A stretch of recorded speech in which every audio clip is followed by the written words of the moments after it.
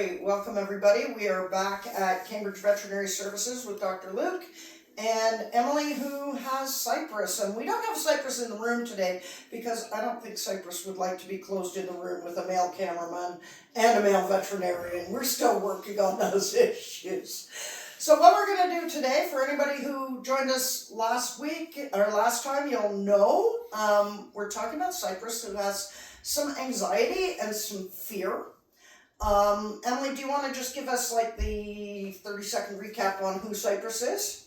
Yes, so Cypress is a 6-year-old male neuter chocolate lab that I have had since he was a puppy, who at about 13 months old started showing signs of significant fear and anxiety in a lot of situations. Super, and fortunately he's been in veterinary care ever since and worked with me ever since, so we've been working together for about 5 and a bit years now. So this time what we're going to do is, instead of going down the deep dive of the behavior history like we did last time, this time we're going to go down the deep dive and not put Dr. Luke on the spot because he's had a chance to look at Cypress's history. So let's talk about what have we seen from Cypress since he was 13 months old. Let's just do the quickie. Right. So Cypress has a history of some urinary concerns, gastrointestinal concerns, and musculoskeletal health problems. So he had a condition that affected his shoulders, that he had surgery on both of his shoulders.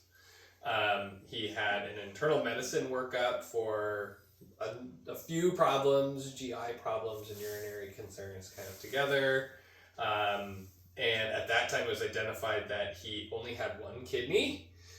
So is that a common problem in dogs? It's a very uncommon problem. It's not unheard of. Well, and of course, what a lot of people don't realize, and something that I think needs to be said, is kidney problems can go hand in hand with behavior problems. So we know in humans, we see confusion, anxiety, like there's all kinds of problems. Would that be something we'd expect with this single kidney? I know it does with kidney failure, but... Yeah, so Cypress is not in kidney failure, so Yep. That's not something we expect it would impact his behavior unless he were to have a decline in the function of that one kidney. Right. So humans and dogs have quite a bit of residual kidney function capacity, so you can lose quite a bit of kidney function, but the kidneys can still be doing their job well enough.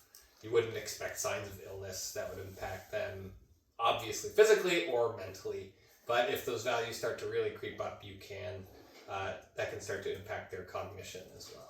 Yeah, and it's one of the things I know we check with elderly dogs, isn't it? Yes, exactly. Yeah. You know, we think that sometimes that kidney function can really be impacting their ability to understand who they are, where they are, and what's going on, and it may be what contributes in elderly dogs to some anxiety. Yeah, any dog who's having a behavioral workup, a thorough medical workup is always recommended as a component of that, old or young, partially because you never know what you're going to find until you look, and some of those findings can be very relevant for treating their behaviors. Absolutely. All right, so what's next on his long list? So he doesn't have a kidney, and he was also a cryptorchid, which means one of his testicles didn't descend. Right. He had a combined surgery on his shoulders, and was neutered at the same time. And how old was he when he was neutered? That was in March of 2020, I think, was when that September. happened. September. Oh, okay. So that was a little. So he would have been 7 months. A year and a half. Okay. Yeah. So he was already having He was having chronic limping, mainly affecting his right front leg, but also starting to affect his left front leg as well. And even with the surgery, since then, mobility is kind of a continuing concern. Yeah. He's not decrepit or anything, but his musculoskeletal comfort and mobility is something that we continue to work on. And is he on medication for pain? Yes, so he's getting a injection for joint pain called Librela. Oh, Librela, yes. Yeah. That's a really interesting drug, and we're seeing some really great results when it comes to pain relief, aren't we? Mm-hmm. Yeah, still ask your veterinarian and see if it's right for your pet, but it is a promising new treatment option for arthritis pain especially. Well, and I think it bears considering that when you can't run away and you're a quadruped and you're worried, then if you're in pain at the same time, that's going to exacerbate that anxiety. It's one of the reasons with every behavior case, whether it's anxiety or aggression, I always get the dogs to move. You'll remember this from the first time we met, right? Move away, move forward. That was during the pandemic, so you had to hold the camera. And Yeah. it was tricky, but I want to see them moving backwards and forwards. And one of the things that is really important is let's watch, is that dog moving freely and comfortably? Because if they're in pain, they're going to be anxious. It's hard work to be painful. So that was sometime before the surgery is when his behavioral problems started to creep up. There was a loss of another pet in the home, as well as a little bit of a traumatic event with a male at the clinic who kind of startled him. And we think some combination of that kind of started the ball rolling on a generalized anxiety and fear response. Well, and I think it bears saying, grief in dogs is something that we know is a real thing, and it can really impact their ability to cope. And so we got to keep that in mind too. So we got a lot of things going here that are contributing factors, right? And so it's really important to remember that we have to keep ticking off those boxes. Can we talk about neutering for a few minutes? Okay, so there's new studies out about neutering. Yes. And there's some studies that seem to be saying a later neuter, like you did at 1.5 years, is better for anxiety and aggression. But there's a couple things we've got to keep remembering. Okay? One of that is it's not a one-size-fits-all. Yes. This is where we're going to have the conversation with Dr. Luke, and sometimes I get to have that conversation with clients as well. What we want to remember is if you're seeing any of those studies out on social media and so on, they're not just saying wholesale, don't neuter your dogs. Because how many dogs have you neutered in your career? I can't count how many. Thousands? Yeah, I think it would be hundreds to... Hundreds? Hundreds, I would say. I don't think it's in the thousands yet. Okay. You're young yet. Yes. Not like me. So, how many of those dogs would you say developed anxiety and aggression immediately after the neuter? That's a really hard question to answer, and how many of them might it have been pre-existing in? Right. A percentage of them, I would say. As much as it is potentially a painful experience, as much as we do everything in our powers to reduce pain, reduce any fear and anxiety associated with the procedure. There is an inherently an unavoidable component of that they're left in a hospital, that they are having a surgical procedure done, and that could potentially impact their behavior from that. Sure, absolutely.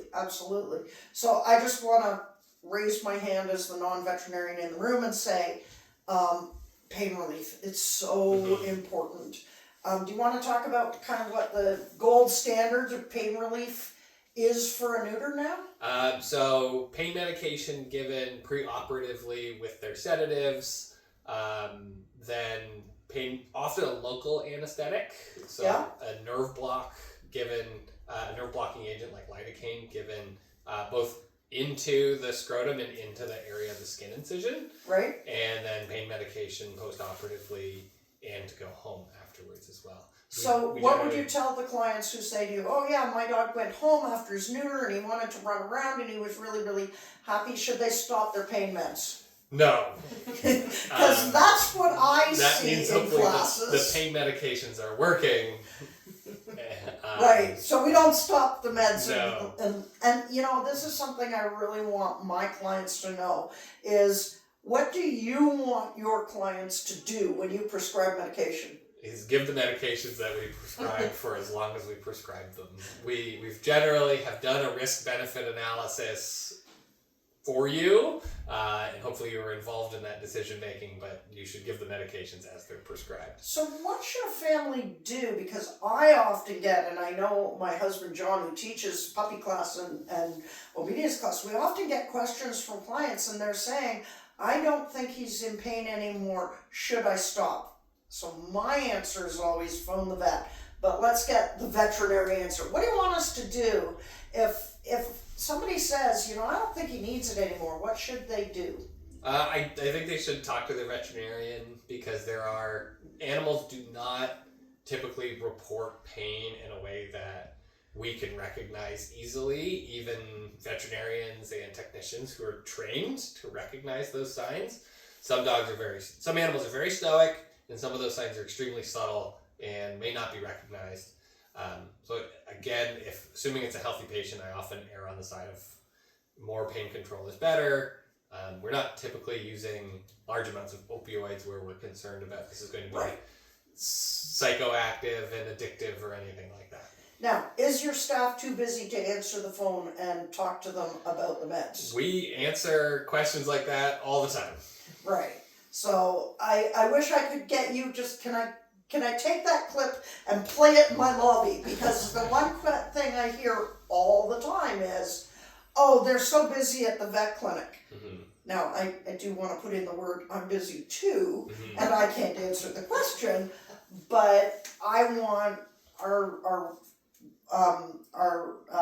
audience to remember it is okay to call your veterinarian if you have a question about the treatment that your pet is going through. And certainly when Cypress was first with me, I kept sending Emily back and forth. Can you ask them this question? Okay, I gotta send them an email. Okay, can you ask them that question? Okay, can you get them to call me? And we did a lot of that back and forth early on because there was such a complicated situation. Okay, let's move on after the neuter and after the one kidney and... This is, to jump ahead quite a bit, getting to more recently, like a quick summary is he has concern with sensitive GI tract, sensitive skin, which often go hand in hand, so itchiness and vomiting, diarrhea. Can I be slightly impolite here? Yes. Okay, so one of the little things that I learned when I was a new behavior consultant was from a derm vet, and he looked at me and he said, when they're itchy, they're bitchy. And when they're bitchy, they're itchy. And I think that that's a really good thing to remember, that often allergies, GI upset, skin problems go hand in hand. And I don't know if anybody's ever had hives, but I am not pleasant when I have had hives. Yeah. I think these medical problems can all impact we'll talk a bit about GI imbalances and how the gut-brain biome, and also how we started talking down that road last time. That was exciting. Gut-brain axis. That can also impact what medications we can try. Certain flavored medications may not be viable if an animal has allergy concerns.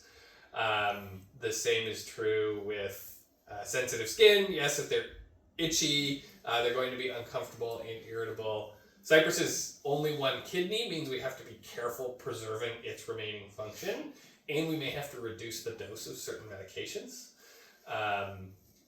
And trying to think, and his chronic musculoskeletal pain. We want to make sure he's got good pain control on board, so that's not impacting his. Let's talk about exercise then. What are you doing for exercise for Cypress on a regular basis? Probably not enough. He plays a lot here. Like, we have a large fenced area here that he's loose in. He's a self-entertainer. So I will play fetch with him, but it does hurt his shoulders. He loves to play fetch, but he just loves his ball, and he just throws it in the air and chases after it and runs around. And he's very cute. Yeah. Ball is life. Yeah. So after his surgery, did they give you any limitations on his exercise? There were at the time, yes. He had to be on leash and kept quite quiet, and then eventually there was physio. I did drive him to Mississauga for 6 weeks in a row to have his physio done. And then after that, I was basically told it's as good as it's gonna be. Yeah. So just manage his pain and, That's really tough, and I know I live with a dog who's got some orthopedic compromises, And we are now at the point where his rehab vet and I have agreed he's going to live his life. Yeah. And I think that's kind of how I would describe it for Cypress, Yeah. as long as Dr. Luke says that's okay. Are you good with him doing whatever he's doing? Yes, I'm happy with him doing what he's doing. Emily knows too that if he's exercising so hard that he's overdoing it and coming up quite a bit more lame immediately following that kind of exercise, that we need to back off from that. Yeah. Yeah, and I want to give just a shout out to the rehab vets of the universe, because man oh man, where would we be without those vets? Because technically we're not allowed to call them veterinary physiotherapists. The physiotherapists have the corner on that market. So physiotherapy in dogs is called rehab.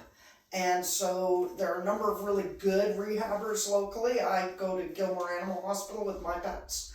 And they've got the underwater treadmills, and they've got massage and all kinds of things there that is just really, really wonderful. And I've used a chiropractor for him as well. So lots and lots of things that we can do. One of the things that I want to caution people about is don't try and look up on YouTube and substitute for what a rehab vet would do, because you know what that's going to cause? Behavior problems, because you're not going to be able to do what a rehab vet can do. And then if you push them too hard, you're going to get pain, and that's a fast way to get bitten. Yeah, for sure. It's a hard thing to manage. We have had orthopedic procedures done on patients who are bite risk towards their owner, and the post-op physio is a big challenge. Oh, it really is. And the other thing a lot of people don't realize is post-op physio is very important, but it's a huge commitment. And if you think about what it's like to go to physio yourself, I mean, I do a lot of sports, and I've been injured probably more frequently than most women my age, and spend a lot more time with physiotherapists. But, when you have to do physio 3 times a day yourself, that's a big commitment. But it's a bigger commitment when you have to do physio 3 times a day with your dog. On the other hand, your dog can learn such useful and cute tactics as walking upstairs backwards, spinning in circles in both directions, lifting one front foot, lifting the other front foot. Like, there's lots and lots of things that they can do that really help. Should we talk about Cypress's medications a bit?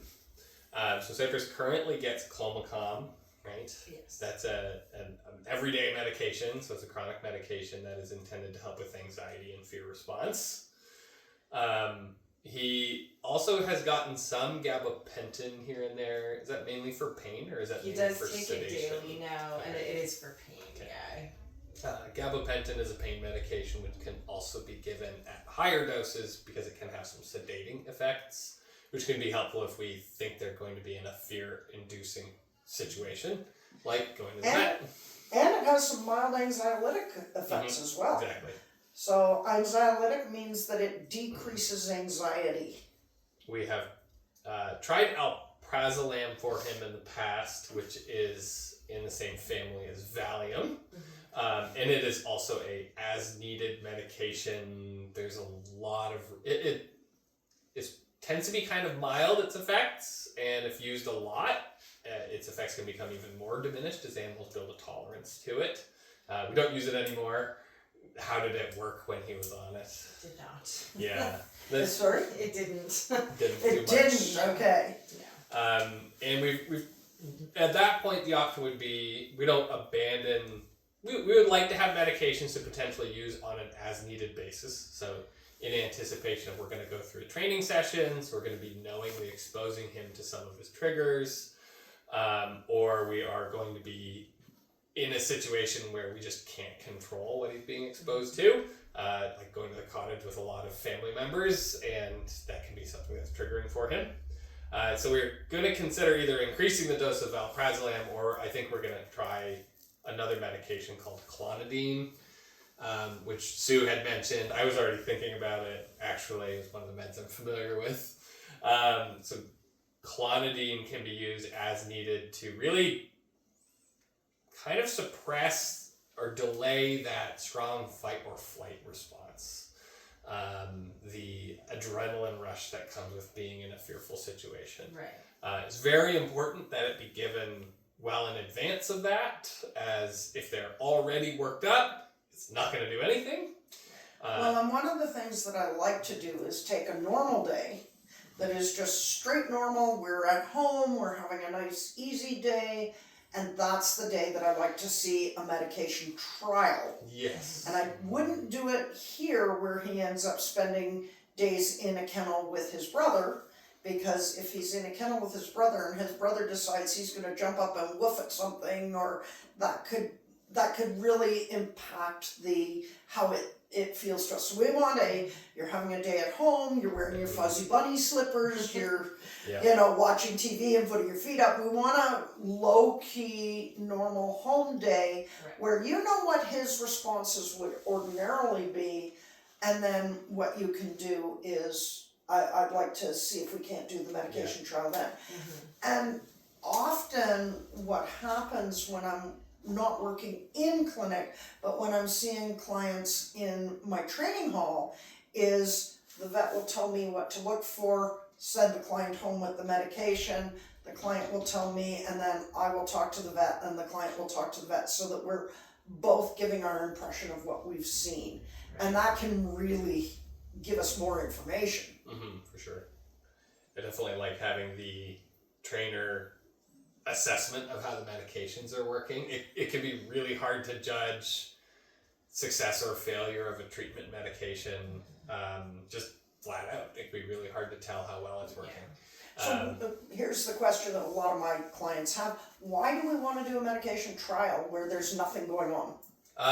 We want to see how it affects them when they're not anxious, so that when they are in an anxious situation, we can see how much that's actually suppressing them. Does those effects, they were really great and sedated at home, but the minute I got them in the car and got them to the vets, they were suddenly not sedated at all. They broke right through all of that sedation that we had offered them. So what I often talk to people about is we're going to look for 3 effects when we are doing a medicational trial. And I always tell the vet this. This is not me talking without the vet. This is me working with the vet. We're either going to see no effect at all. And to be honest with you, with an anxiolytic medication on a day where nothing is happening, I want to see nothing happen. I want them to say to me, it was like giving them water. I don't think anything happened. Because that means that the dog is able to process what they're seeing. They're not excessively sedated, but they're not also excited. Next 2 things that can happen is they give the medication and the dog says, I'm too sleepy, I can't go play ball. I'm too sleepy, I can't eat my lunch. Right? When the dog says that, I'm going to call up the vet and I'm going to say, I think we overshot. We kind of got more than what we're needing for that effect. But the other thing that can happen, and maybe you can talk about when we get a paradoxical effect, and because that is the big reason that we do this. Yeah, so that's a concern with clonidine and quite a few other medications, is they can become paradoxically excited or agitated instead of calmer in response to medications with anti-anxiety effects or sedating effects. And it happens. I had one client, about 15 years ago, and we tried them on alprazolam twice, and it was a Brittany Spaniel. And the 2 times that the client gave the medication, that dog looked like he was on caffeine, because he would run up the stairs and down the stairs, and they had a 3-story townhouse. And she said, I can't do this. I don't care what it does for the dog. I can't do this. So it does happen. It's rare. It's rare, but it does happen. We've talked about the Purina Calming Care, which is a probiotic that can have calming effects. Yeah, did you? We can't do that in Cypress because we want them on hydrolyzed hypoallergenic probiotics, and that one has a flavoring agent in it that we would need to avoid. It is possible at some future date we could try it, but we're not interested in that right now. Not right now. No. Adaptil, so dog appeasing pheromone as a spray or a plug-in or a collar. I think you've tried that? Yeah. Any effect? No. Yeah. And any effect on withdrawal? No. Okay. often with Adaptil, what I see in my clients who are using it is that they tell me, no, it's not working, it doesn't do anything. The pheromone runs out and all of a sudden the dog starts running into more problems, and we go, wait a minute, maybe we need to reconsider that. Mm-hmm. It is something that I often consider. I don't expect to see spectacular results from Adaptil. It is very much so. It's something where you could go out and you could try this treatment and it doesn't work, so you stop it. And then you try this treatment and it doesn't work, so you stop it. And then you try this one. But if you try 3 or 4 of those together, suddenly additively they all have an effect that we wouldn't have seen otherwise. Mm-hmm. That's exactly what I see too. Yeah. And then the Thunder shirt, or in Cypress's case, he also has goggles that he wears that make him feel safer. Does that help? Yes. Yeah, he wears just goggles in the truck, or so if we're driving and he's not wearing them and you stop at a stoplight, he'll bark at everybody. But if you Do you have them here? I do. Fantastic. I've just gotten a great idea because we're going to do a bit of work with Luke in a few minutes. Yeah. Okay, that's great. Great. You get to sit and be quiet. Mm-hmm. I put them on the other day. Yeah. Luke was wearing them. I tried them on. Yeah, and so the dog. Have you ever tried a Thunder shirt or like a stress wrap? No. He's worn medical pet shirts after his surgery. Mm-hmm. I don't think they have quite the same effect. So a Thunder shirt sport would be, if you know Temple Grandin and her work with cattle. And squeeze shoots. And squeeze shoots. It's the same effect as a weighted blanket in people, or just getting a big 30-second hug, is having your internal organs, your viscera, squeezed gently, but with some force for 30 seconds or so, will cause endorphin release, and that has a calming effect. I wonder, do you have an ACE bandage? Like one of those stretchy bandages? Like a... yeah, we have like cling wrap, for instance. Is that what We've you're got thinking about? like vet wrap? Yep. Can do it with vet wrap. Give him ACE bandages give work. him a big bodysuit. Well, ACE bandages actually work better. But the way that I use them is a little bit different than the way that most people use them. When I get a client to use a Thunder shirt, I have them put on the Thunder shirt before every meal and take it off after every meal. And what happens is, because you are relaxed while you're eating, then the shirt becomes the signal to the dog to relax. It becomes a cue. And so we have that double effect of that endorphin release with the squeezing and the classically conditioned relaxation of eating while wearing it. Right. What do you think about trying that for a couple of weeks? Worth a shot. Yeah. It's one of these things that's super easy to do, right? I'm always looking for training solutions that are super easy to do. Yeah. You know, you have to put on a dinner jacket before you come into this restaurant, Cypress. Right? Yeah. There's no entry without your tie. Yes. Right? Yeah, we can give that a try. All right, let's write that. I don't have email on this computer, so write that down. Thunder shirt, breakfast and dinner, and I'm going to show you today how we do that wrap. And this is one of the things that, as a behavior consultant, I'm comfortable with anybody who says, hey, my dog struggles a little bit with hyperarousal, a little bit with excitement. This is a nothing ventured, nothing gained thing. So we'll show people today, we'll take a video today of putting the wrap on Cypress, and then, he can have his dinner if you've got it. And let's see if that helps him out. In a very few dogs, they go, ick, I don't like it. Take it off, in which case we take it off. But about 80% of the dogs that I see when I use this, when you put it on, they go, and you just see that big sigh and that nice, easy thing. Okay, so let's remember to take a video of that, and we'll show that at the end of this bit here. Okay, so what else? I think I'm near the end of my list there. I'm sure there's plenty of other things we could consider, but we're kind of getting down the list in terms of adjunctive therapies. So all of these things are focused on supporting the primary treatment, and the primary part of the treatment is the behavioral work that we're going to be doing. Yeah. Now, Even the question. Clomicon is there to support that. Absolutely. Do we need to increase, decrease, or withdraw the Clomicon? He's been on the Clomicon for a long time, and I believe you had said that you had tried withdrawing it in the past. I did. And we When did was the not last like time the we tried response. withdrawing it? Oh, probably 2 years ago. It's been some time. Mm-hmm. This is where, if we're not, again, similar to the Adaptil, if we're not sure how the Clomicon is really affecting him, attempting to withdraw it and observing for, an adverse worsening of the behavior would be a warning sign.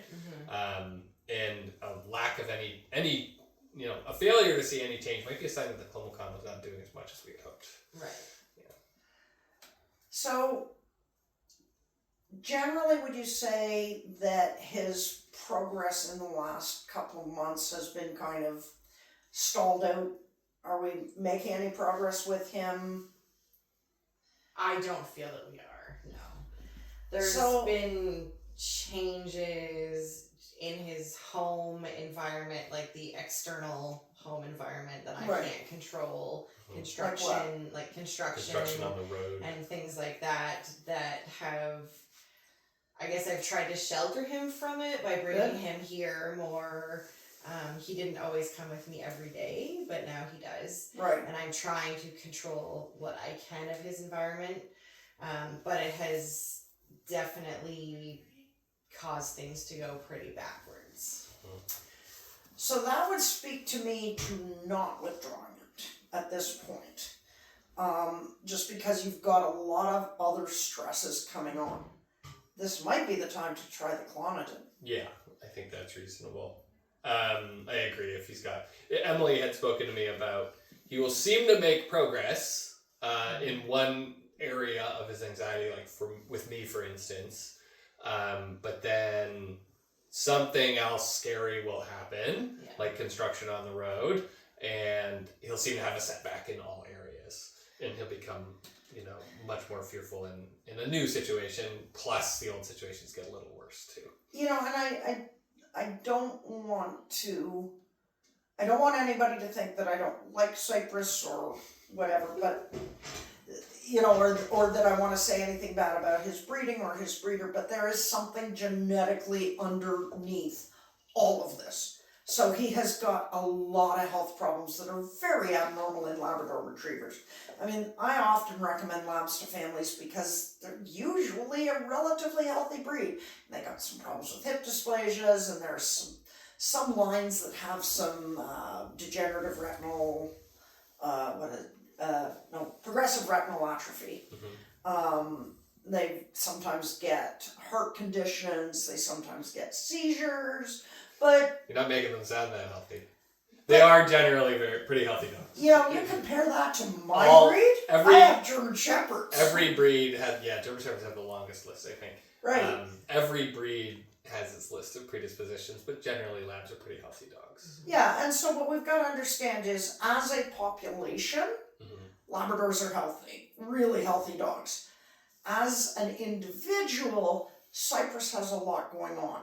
And I think one of the things that we've got to understand is he has a brain that, for whatever reason, genetically, he did not get all the advantages. Is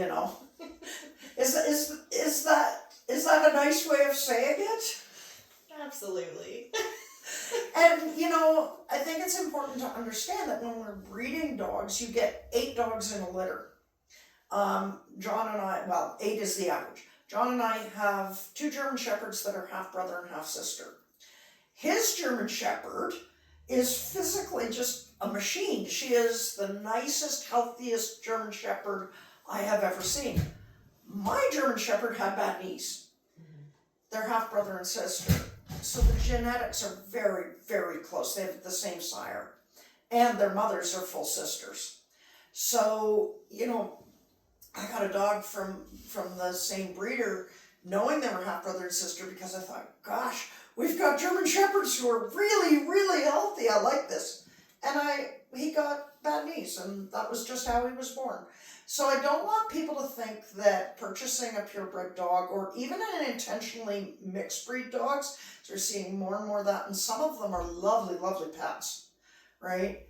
I don't want you to think that this is going to mean that getting a chocolate lab might be a bad idea. It's not. I'm all in favor of chocolate labs. I also want to mention that dogs that have completely unknown heritage also sometimes have health problems. Mm-hmm. So we're looking at, as a population, Labradors, they got kissed with the best genetics. You know, they are just nice pets. But as an individual, unfortunately, somebody had to get the bad roll of the dice, and unfortunately it was Cypress. Yes. It definitely was, yeah. So I think we can definitely say that this evidence of this inconsistent learning, that to me, we can't, you know, it's the black box. There is no medical test to tell us why does Cypress not learn consistently. Yeah. But there's a lot of other evidence that says, for whatever reason, he was a really unfortunate puppy. And really lucky that he ended up with Emily, who happens to work at a vet clinic and be a vet tech, and happens to have all the advantages of all the testing. So I just wanted to mention that because I don't think we can neglect the fact that he has these burbles. Yeah. The bumps in the road. Yeah. All right, so I had some ideas for some things we want to do, and now we want to do the, we definitely want to take a look at the anxiety wrap stuff. Okay, so let's make a little plan here. I want to do 2, maybe 3 things today. I want to try that anxiety wrap because I want to see how he does. So what we're going to need is we're going to need the wide vet wrap or cling wrap. I'm not sure what you, Kofax. I'm not sure what brand name you guys happen to use. You can choose his favorite color, but let's not make it brown so that we can see it on the camera.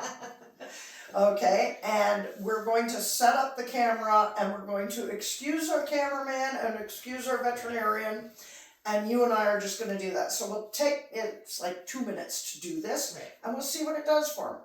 Then what we're going to do is we're going to take him, we'll turn off the camera and take a little break for a minute or two, and I'm going to set us up. We're going to take him into another area of the vet hospital, and we're going to set him up with a mat so he's comfortable.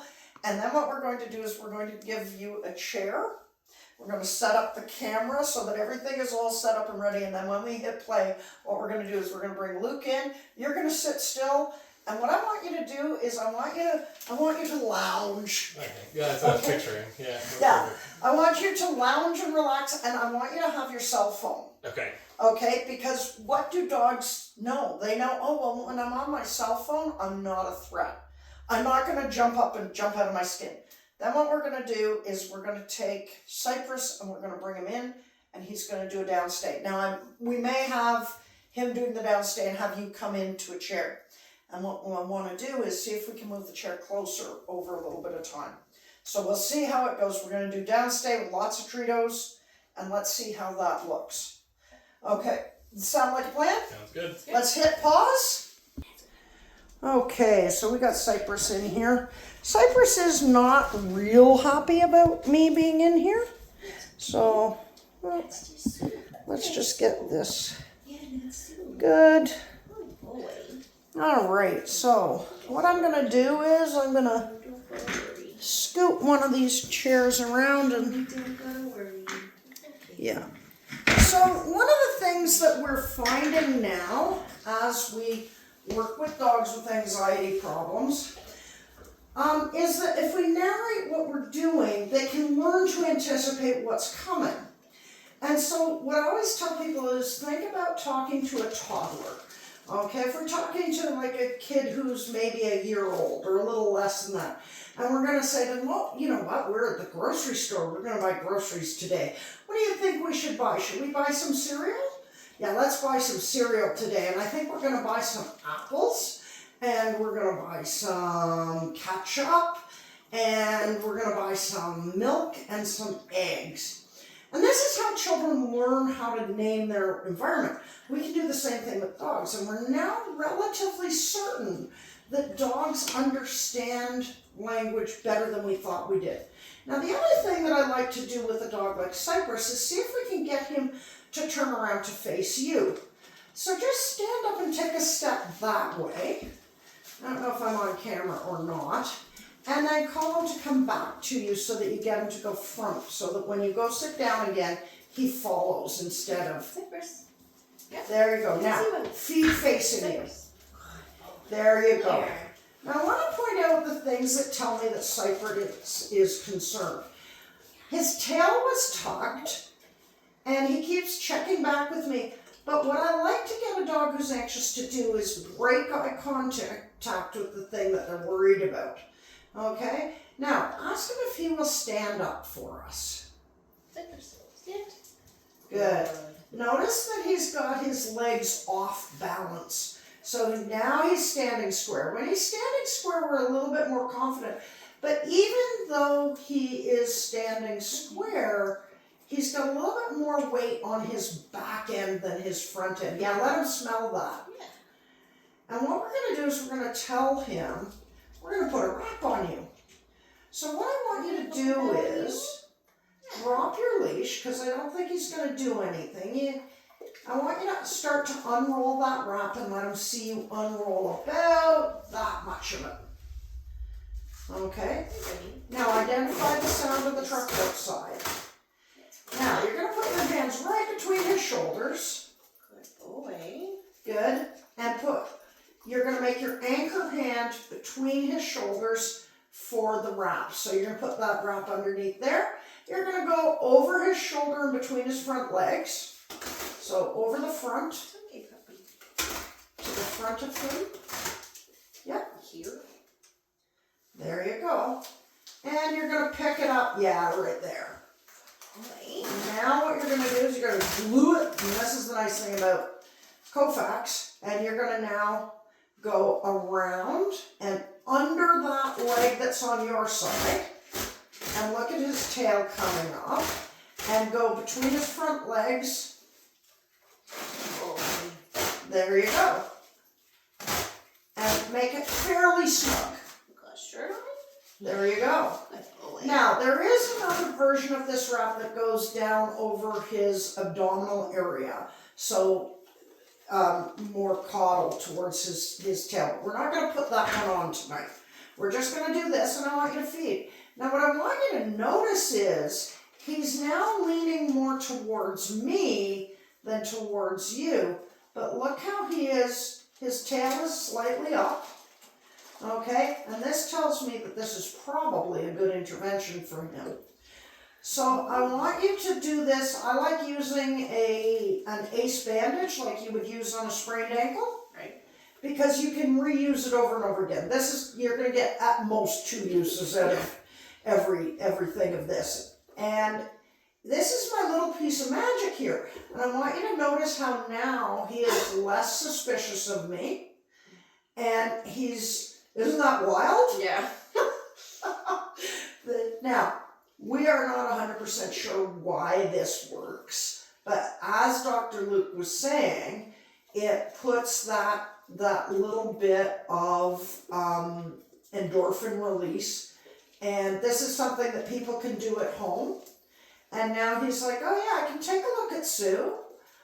Okay, and he's willing to turn his back on me. And look at that, right? What do you think about how he looks? Much more comfortable than he did a minute ago. Isn't that crazy? Wow. Yeah.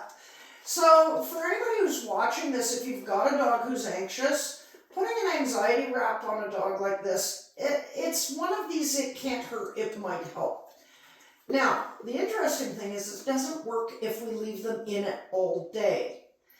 So I generally tell people that this is good for half an hour to an hour max. But what I'd like to do is let's try doing his downstay with this. And I'm going to, we'll put him back in his run for a couple minutes, but I'm going to go and set up our downstay. And let's see if we can put him in his downstay, in his wrap, and let's see what the effect is and see if that doesn't help us. But I'm so happy that he is one of my 80%.